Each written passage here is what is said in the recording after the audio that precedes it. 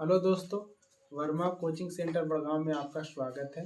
चलिए हम sine theta बारे में, कॉस थीटा बारे में और टेन थीटा और सेक थीटा के बारे में पढ़ते हैं, जो कि 10th के एग्जाम बोर्ड में बहुत कामयाब होगा एक नंबर आने के लिए, या फिर लॉन्ग में देवोत्तरीय में भी हो सकता है। ठीक है ना। इसके बारे में आज जानते हैं कि कैसे इसको निकाला जाता है, कैसे क्या किया जाता है। चलिए साइन थीटा पहले जानते हैं। साइन थीटा बराबर होता क्या है?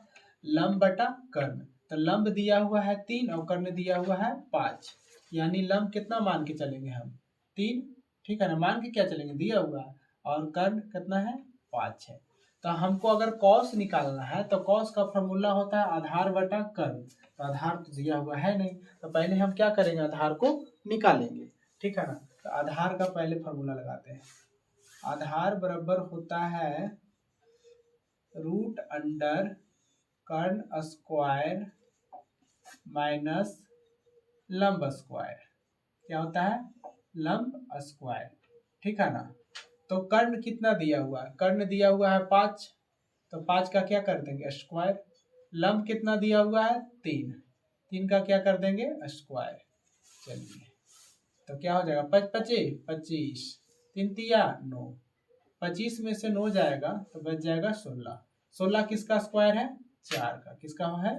4 का। यानी हम आधार कितना निकाल के ले लाए? 4। अब चलिए निकालना है कॉस थीटा पहले। तो कॉस थीटा का हम पहले फार्मूला लिख लेते हैं। तो कॉस थीटा का फार्मूला सभी को मिटा के लिखते हैं। कॉस थीटा का फार्मूला होता है आधार बटा कर्ण। क्या होता है? आधार बटा कर्ण। क्या होता है? कर्ण। ठीक है ना। तो आधार कितना दिया हुआ है? आधार अभी निकाल के लाए 4। कितना लाए? 4। जबकि कर्ण कितना दिया होता पहले से? 5 दिया होता। कितना दिया होता? 5। चलिए, अब दूसरा में कह रहा है tan। क्या कह रहा है? tan theta. tan थीटा बराबर होता है, थोड़ा स्पेस कम हो गया। tan थीटा बराबर होता है लंब बटा आधार। क्या होता है? लंब बटा आधार। लंब कितना दिया हुआ है? लंब दिया हुआ है 3। कितना दिया हुआ है? 3। 3 दे देंगे। आधार कितना निकाल के अभी लाए? 4। 4 दे देंगे।